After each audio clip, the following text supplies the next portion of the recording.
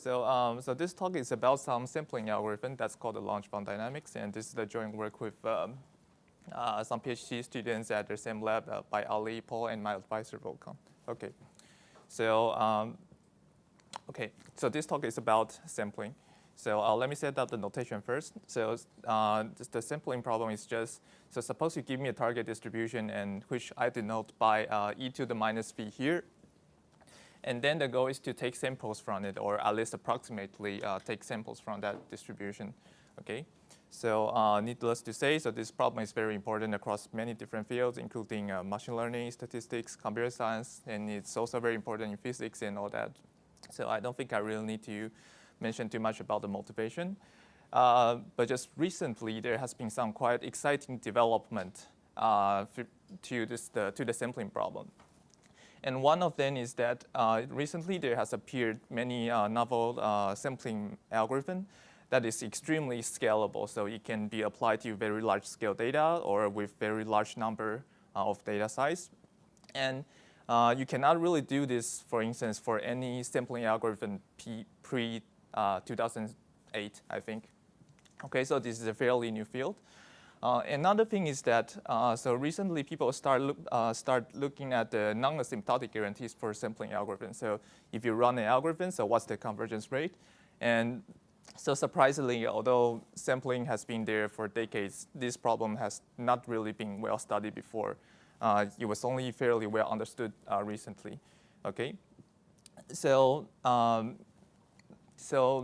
way you achieve these two goals, so like scalable and proving non-convergence guarantee, is through the so-called first-order sampling framework. So what do I mean by that? So here, so suppose you give me some target distribution e to the minus v. Then first-order sampling simply means that I assume some access to the gradient of v. So that's the first-order oracle. That's why it's called the first-order sampling. And if you assume such oracle, there's a very powerful framework for designing or analyzing sampling algorithms. That is called the Langevin dynamics here. So if you don't know about Langevin dynamics, it's extremely simple. So the idea is as follows. So okay, so now you give me a target distribution. So what the Langevin dynamics does is it simply sets up some dynamics. So it's a continuous time stochastic differential equation whose stationary distribution is precisely the target. Okay, so give me a target distribution. I'm going to set up this stochastic differential equation, and this stochastic differential equation converges to your target. And the way you obtain the sampling algorithm is simply try to simulate this continuous time dynamics by, let's say, you take just the time discretization. And suppose like your discretization is accurate enough, then you naturally expect some sort of convergence happening. And that is indeed the case in particular when you have a log concave distribution. So by that, it just simply means that your distribution is e to the minus v, but with this v being convex. So if you have a log concave distribution, and if in addition this v has some nice property like Lipschitz gradient, strong convexity, and all that, then you can actually prove convergence. So we'll touch upon this more later.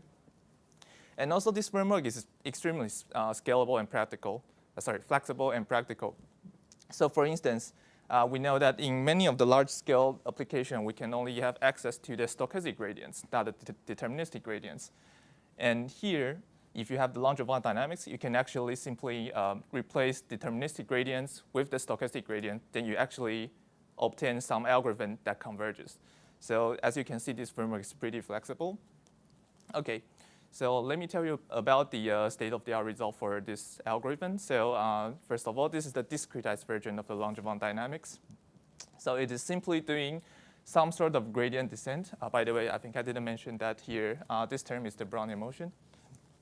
Okay, so this is the discretized Langevin dynamics. So what you're doing is basically you do some gradient descent, and then you inject just the right amount of the noise to make the iterate approximate the stationary distribution or the target distribution. So this Hsieh here is just the standard normal vector. So as you can see, this algorithm is as scalable as gradient descent. So it's a very simple algorithm. And so here's the convergence rate for this algorithm. So it is more or less similar to convex optimization. So suppose you have some convex objective. And if you assume Lipschitz gradients, then you can prove some convergence. The rates are given here. These are the state-of-the-art rates. And if, in addition, you have strong convexity, then you can prove faster convergence rate. Okay, so this is more or less similar to the convex optimization. And just by the way, from the references, you can see that these rates were actually proven fairly recently. So it looks like a classical result, but it's actually not.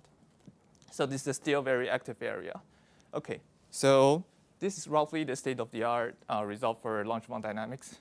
So here's where the optimization and sampling starts, departing.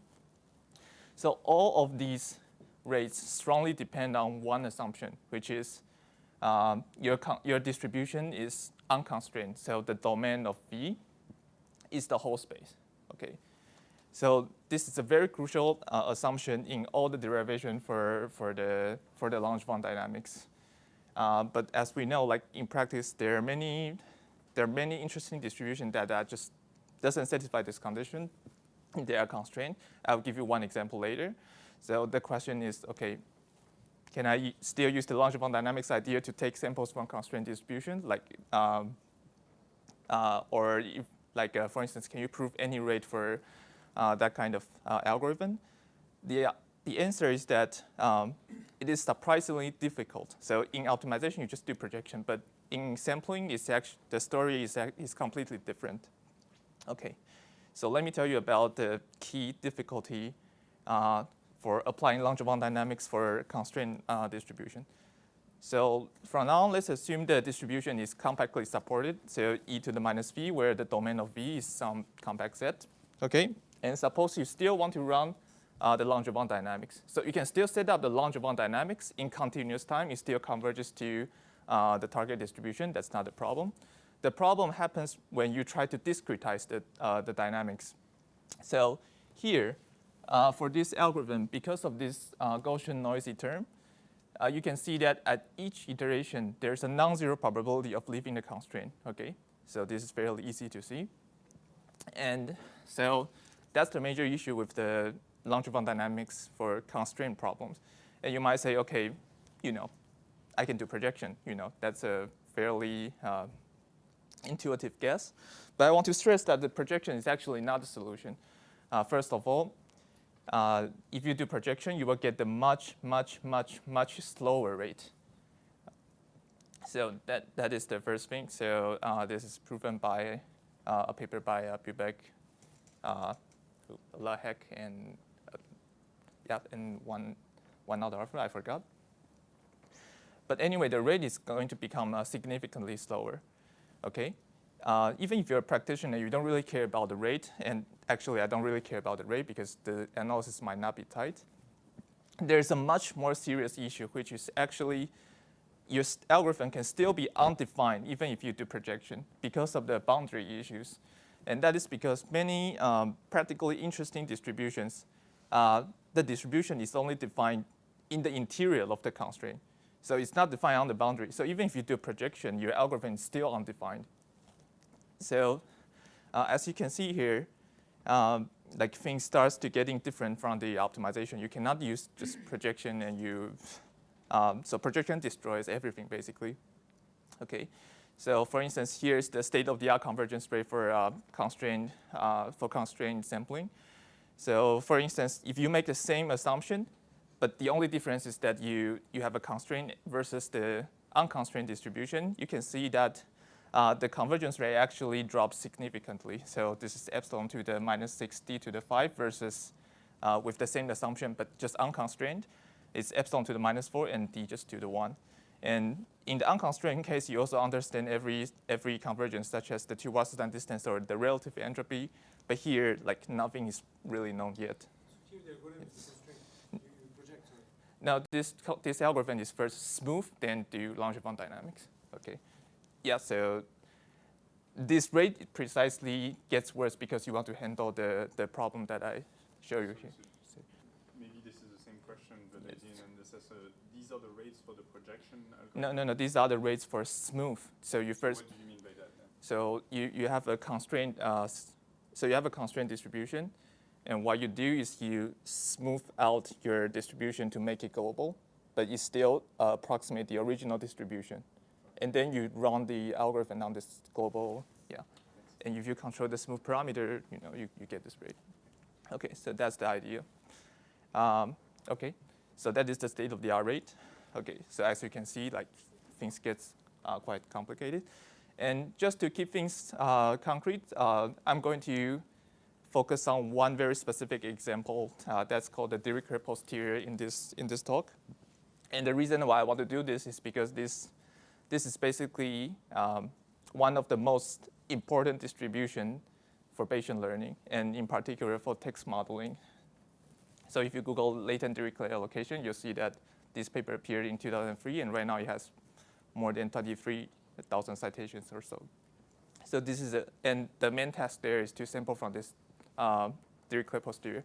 So this is a very, very important distribution in practice. And so I wrote down the definition here, but you don't really need to look at the details of this of the Dirichlet. All you need to know are two things. So first of all, it is compactly supported. So it is supported on the probability simplex. So this is your constraint. Okay.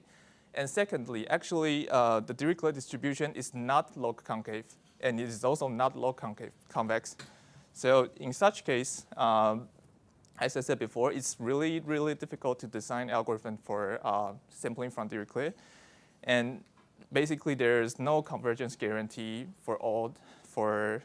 so far there's no algorithm and there's no convergence guarantee. Okay. I should say no general purpose algorithm. Okay.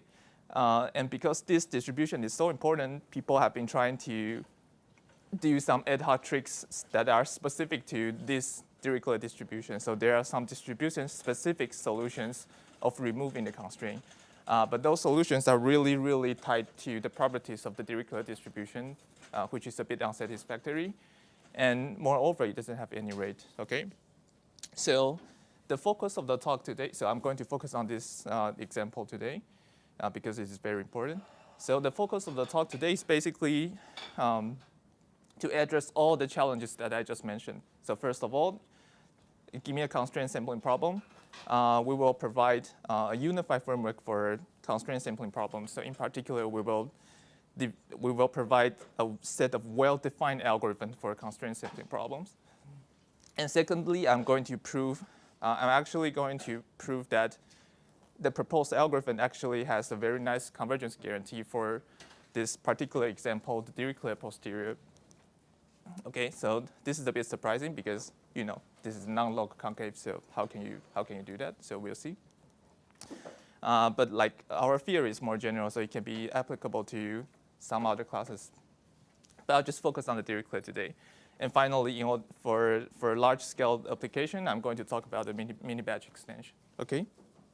So let me begin with the high-level idea. So the high-level idea is extremely simple. It's almost trivial. So let's recall something that's called the entropic mirror descent. So the entropic mirror descent is some optimization algorithm for some optimization algorithm on the simplex. So suppose you want to minimize some function, let's say convex function, with the simplex constraint. Then what the entropic mirror descent does is the following. So first of all, you take this is called a mirror map. First, you take this mirror map to be the entropy or the negative entropy, anyway, like make it convex. And then you iterate like this. So here, the gradient of H star is the Fenchel conjugate of the entropy. Okay, so this is a very classical optimization algorithm. If you don't know the details of this optimization algorithm, let me tell you why we want to do this. Okay, so the idea is following. So let's define a new variable that's called y equals to gradient of your mirror map applied to x. Okay, and then by standard convex analysis, we know that x is equal to the gradient of h inverse of y, and that would just be simply the gradient of h star, the Fenchel conjugate. So this is standard convex analysis. So if I make this change of variable, I can rewrite the entropic mirror descent iterates as follows. It's simply just yk plus 1 is equal to yk minus the gradient of v. So in other words, you're doing gradient updates, but not in the original domain, just in the mirror domain, so sort of the dual domain. And what is more important is that, so this is the fact that the domain of the differential conjugate of entropy is the whole space, okay? So if this is, and then this implies that your dual update here is essentially unconstrained. So you don't need to do any sort of projection. If you need some iterate that lies within the simplex, all you need to do is to apply the gradient of H dual to the iterates YK, okay? So you're effectively turning a constraint optimization problem into an unconstrained optimization problem. And this is, of course, to be contrasted to the classical projected gradient descent where you need to do projection. So this would be the idea for constraint sampling. So it's very simple. So we would like to repeat the same procedure for sampling problems. And in particular, so if you have a sampling problem on the simplex, which is the Dirichlet, can you repeat the same procedure? And what would you get? Okay. And more generally, because we know that mirror descent is like a whole, is like a very powerful framework, can you just say something more general for Langevin dynamics? Like, can you derive the mirror descent counterparts of the Langevin dynamics, and what's the benefit of it, and so on? So these are the questions that we would like to ask. Okay. Okay. So So now let me tell you the solution. Let me tell you how to implement this idea. There are actually multiple ways of implementing the idea. I'm just going to show you the simplest possible one. And also, this is the most powerful one. Like, this is the most, so this one works the best in practice. So we tried a bunch of other ideas, but this one works the best. OK, so the idea goes as follows. So, so let me first define something that's called the push-forward probability measure. So this is the definition. So suppose you have a map between like the same space, let's say RD to RD, and then you have two random you have two random vectors that are coupled through this map T. So y is just equal to T of x. Then if you have some probability measure on the x, then of course this y, the distribution of y is already determined. And the probability measure associated with y is called the push-forward measure. So it's denoted this way. And I wrote down the definition on the rightmost side. You can easily check that this probability measure mu here is the probability measure for y. This mu is the probability measure for x. So you define mu, then you induce a nu through the map T. Okay. So let's recall the goal. Again. So first of all, we want to design some dynamics that converge to the target distribution. That's the very beginning of the idea. Like, we want to design some dynamics so that we can discretize. But we also want to use this mirror idea to remove the constraint. So when we map this dynamics using the mirror map, then this new dynamics should be unconstrained, so that I can just easily discretize without projection. Okay. So these are the goals. So how do we achieve this? There's actually a very simple way to do this. Okay. So let me first mention the notation. So suppose I denote the target distribution by e to the minus v. And I'm going to assume that the mirror map now is strictly convex. So this is always satisfied in practice. And let me also define the push-forward measure by e to the minus w. So e to the minus w is the push-forward of the target under the mirror map. Okay. So with all this definition, let's first recall the basic convex analysis again. So I'm going to couple the two dynamics yt and xt using the mirror map. But this way of coupling, like, you can apply gradient of h inverse to both sides. So this is equivalent to xt equal to gradient of h star of yt. And if you have this kind of coupling, then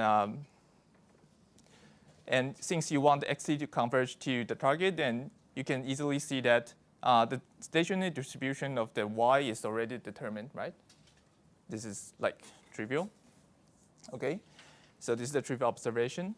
But in fact, you can view things from the other way around. So because this is a one-to-one mapping, if you determine the stationary distribution of x, then you determine the stationary distribution of y, but you can do the other way around. So if you determine the stationary distribution of y correctly, then you also determine the stationary distribution of x correctly, right? So these two are completely equivalent. So let's say I can design some dynamics that converge to the push-forward measure. then it's just a one line of derivation that the stationary distribution after applying the gradient H star is going to be the correct target, okay?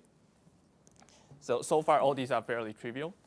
Okay, so right now I know that, okay, so you give me a probability distribution and give me a mirror map, then I consider the push forward. If I can somehow design a dynamics that converges to this push forward, then I already have a dynamics that's with the correct target distribution. So the question is, how do I do this? How do I converge to the push forward measure? And the answer is trivial. So in the very beginning of the talk, I told you one way of doing this. You just run the Langevin dynamics for this given probability measure, right?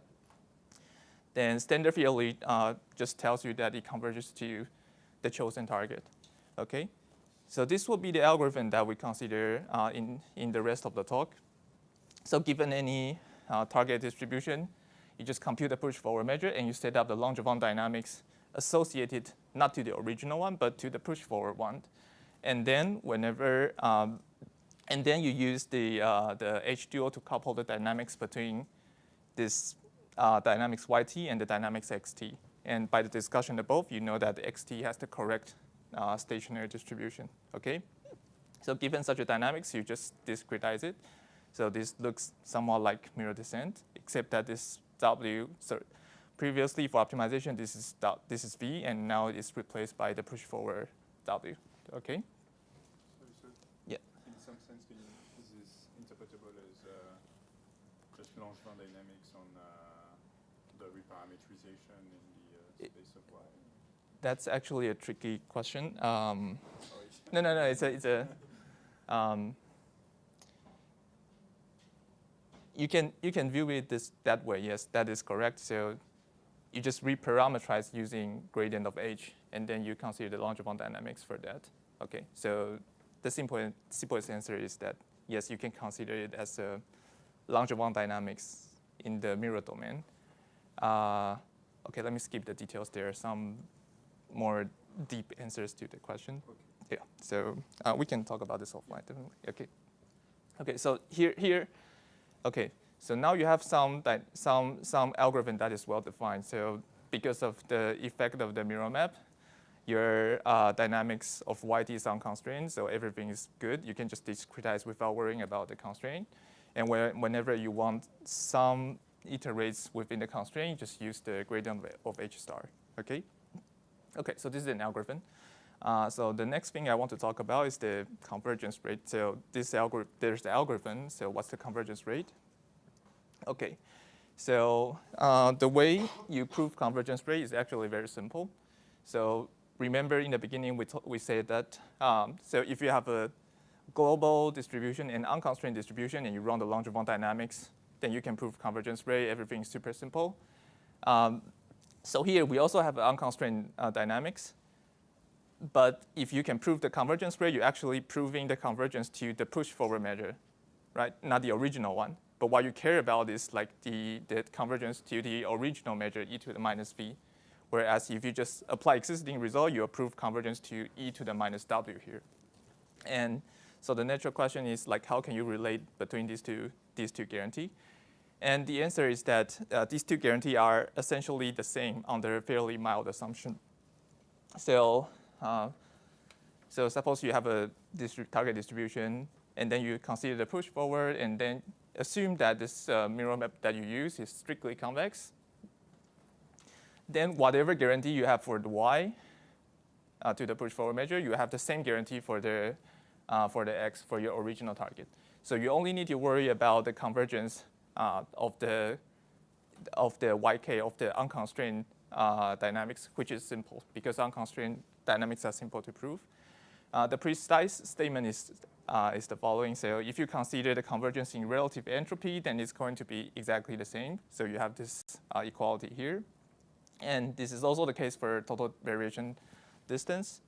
And if in addition, if you assume that your mirror map is strongly convex, then you can also prove the convergence guarantee in the two Wasserstein space. So here, if you have the convergence in YK, so this YK guy is less than some epsilon, then you also have XK is upper bounded by the same epsilon there. Okay, For this 2 Wasserstein distance, you need to assume strong convexity. So I want to say a few things about the proof because there's a technical highlight here. But first, just let me tell you that there's a very trivial, so the relation in the relative entropy and the total variation is actually fairly trivial because we have assumed strict convexity of the mirror map. So we know that the gradient of H is just 1-to-1, and you know that these 2 distances are invariant under 1-to-1 transformation. So that's why you get the equality there, and that's finished. So that's not interesting at all. And what is more interesting is the proof for 2 Wasserstein distance. So here, we use something that is called the Brakeman Divergence. Okay, so this is a very classical part of the analysis for mirror descent. So if you give me a convex function, I can consider the associated Brakeman divergence. It's just defined as the function at one point minus the first order approximation at the other point. And there's a very classical duality relation for the Brakeman divergence, which is the following. So if you consider the Brakeman divergence of H, and then you consider the Brakeman divergence of H star, and there's actually an equality between these 2 Brakeman divergences. So this equality plays a very important role for the analysis for mirror descent, like in the optimization. And here, what we prove is essentially this equality in the Wasserstein sense. So let's say, so what do I mean by that? So let me define two different Wasserstein distance this way. So the first one, I'm going to use the Brakeman divergence of H as the cost. Okay. So with that, I can define some Wasserstein distance. This is not really a distance, but let me call that distance. So, and then I can use the Brakeman divergence of the H star to define another Wasserstein distance. And then our lemma states that if you consider these 2 Wasserstein distances, then there's this neat formula here. So again, this is basically the generalization of the classical duality in the Wasserstein sense. So the first Wasserstein distance is equal to the eventual dual, the dual Wasserstein distance, but with the push forward measure in the components. Okay, so these 2 are completely parallel. Okay, so this is actually the technical highlight. I think this is the most important part of the, theoretically, this is the most interesting part of the paper. And with this lemma, you can easily prove the guarantee in the 2 Wasserstein distances, because all you need to do is you first take the classical mirror descent theory. So this chain of inequality is classical, so you can find it in any textbook for mirror descent. And then for this chain of inequality, you just look at the leftmost side. Then you take the expectation with x equal to xk and x prime equal to your target distribution. So the leftmost side will become the 2 Wasserstein distance in the x. And the rightmost side will become the 2 Wasserstein distance in the y. And in between, these 2 quantities will become the Wasserstein distances that we defined in the previous slides. And the lemma states that this equality still holds in the Wasserstein sense. So with that, you can prove the convergence guarantee for the 2 Wasserstein distance. Okay. So right now we know that if you worry about the convergence rate, then all you need to do is to look at the convergence rate for the YK, for the dual dynamics. You don't need to worry about the original dynamics, because our theorem directly translates the guarantee in the dual to the original problem. Okay. So with all this preparation, I'm going back to the example that I told you in the beginning, the Dirichlet posterior. So the Dirichlet posterior is some distribution on a simplex. So I want to use the entropic mirror map. So this gives me unconstrained dynamics, and also with possibly some other good properties that we will see. So if I use the entropic mirror map, then with a little bit of derivation, I can actually derive a closed form solution for the dual dynamics.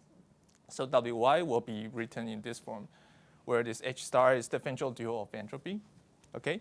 So right now, you just plug in the Dirichlet for this V. Okay. And this is what you get. Okay. So look at this formula. So the dual distribution for the Dirichlet is some normalizing constant minus some linear function and plus some constant times differential dual of entropy, okay? But notice something interesting has happened here. So remember in the beginning of the talk, I told you that this Dirichlet distribution is not log concave and not log convex. But if you look at this distribution, it is perfectly convex, right? So this W is perfectly convex because H star is a strictly convex function and it's actually a Lipschitz gradient. So somehow, and of course, this Wy is unconstrained, so it has value on the whole space. So it satisfies all the good properties we're looking for. So somehow, while getting rid of the constraint, you can actually append some convexity to your problem. So that is the surprising part of this approach. So I don't have a good explanation for this, but you can easily derive. So these are just easy math. So you can actually, so with the mirror map idea, you can actually turn some non-log concave problems into log concave problems. Okay. So that's the surprising benefit of this approach, okay? And because of that, you can easily derive convergence rate. So you just plug in the existing convergence rate for this class of function, then you use our theory to relate back to the original dynamics. And that is actually the first guarantee for the Dirichlet posterior, okay? So we talk a lot about theory. Let me just show you that it actually works in practice. So this is a symplectic data. So here the blue curves corresponds to our algorithm, the mirror Langevin dynamics, and the red curves corresponds to the state of the R algorithm for Dirichlet posterior. So it is the distribution-specific solution for the Dirichlet posterior that I told you about. And as you can see, so we actually achieve a pretty sizable speed out over the state of the art. And of course, this is only synthetic, so but it looks promising. Okay, so the next step is that I want to move on to the stochastic version because we want to consider the real-world application. So I'll get fast on this part because this is very easy. So like in modern application, yes, we don't want to evaluate the gradient. So we want to just use the stochastic gradients. And the way you would normally form the stochastic gradient is that you assume some sort of decomposability structure. So your target distribution is e to the minus v, but your v can be written as the sum of simple functions. And then what you would do is just take a random mini batch, and then you compute the gradient within the mini batch, and you suitably normalize. So this is the normal way that you would get for stochastic gradients. And the question is, can you repeat the same procedure for the mirror Langevin dynamics? And the answer is yes. The way you do this is also very simple. So for each vi, you just suitably normalize that, and you consider the push forward of that. And that gives you some distribution. Let's call that e to the minus n wi. And what this lemma says is basically, if you sum these wi up, you get the push forward you get the correct push forward distribution of the original target. So in other words, so if your target distribution can be written as sum of something, then the push forward can also be written as sum of something up to a constant. But you don't care about constant because you're using the gradients. And moreover, like these gradients are easy to compute. So each of these wi just involve one vi. Okay, so it is as costly as computing the original stochastic gradients. And of course, if you have this structure, the stochastic gradient is just unbiased. So this is not surprising. But what is more surprising is that actually the stochastic gradients for the push forward measure is more accurate than the original stochastic gradients. So this is also something you can prove, and this translates into faster convergence and all that. So let me briefly mention the convergence rate for stochastic mirror Langevin dynamics. So again, you just plug in existing result for stochastic sampling, and then this is the rate that you would get. It's something like 1 over square root of t. And if you apply this problem to the Dirichlet example, then basically you can derive the first convergence rate for the Dirichlet posterior, and so just plug in these parameters, okay? Okay, so that basically concludes all the stuff that I want to tell you. Oops, sorry. Finally, just let me show you that it actually works in practice. So, so here we consider this model, the so-called Latent Dirichlet Allocation.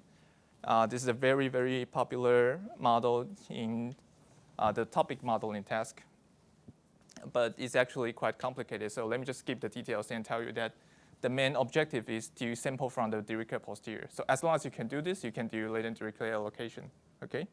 And we consider the Wikipedia corpus. So this is a real data set. And we want to classify this 100,000 documents into 100 different topics. And this is the curve that we get. So again, the blue curves are from our algorithm, and the red curves are from the state-of-the-art algorithm, okay? So as you can see, again, there's a pretty sizable speed up. It doesn't only have theoretical guarantee, it actually works in practice, okay? But I do want to mention one huge drawback of our algorithm, so I want to be honest here. So there are some numerical issues associated with the mirror Langevin dynamics, because if you want to use this entropic mirror map, then frequently you need to compute the exponential of something. But this function is very unstable. So for instance, on the computer, exponential of 800 is not a number. But in practice, you still need to compute exponential to the 800. So that can be problematic. And what we did is basically to consider the first order approximation of the exponential function. And that is what we get for the blue curves here. And you can also consider some higher order approximation, like second order, fourth order, or some other approximation. And they all more or less work the same. So I didn't include them here. Okay, so this is one thing, this is one issue if you want to apply our algorithm. Okay, so that's basically the whole thing. So let me just quickly conclude and tell you some of the future work.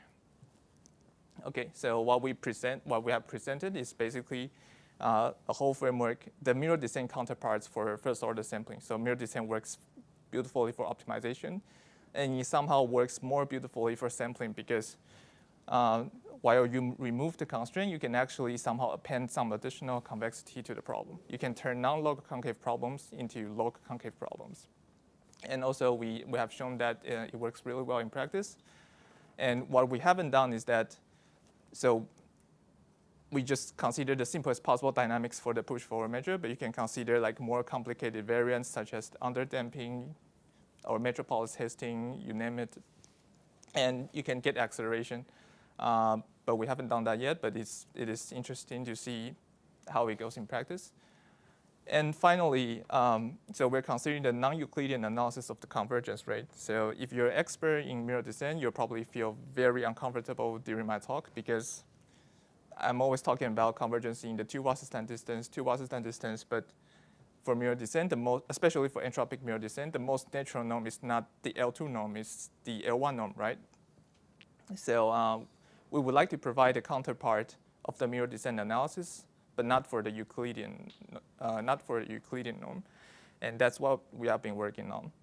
But it seems quite difficult. Okay, so that's basically it. So thanks for your attention.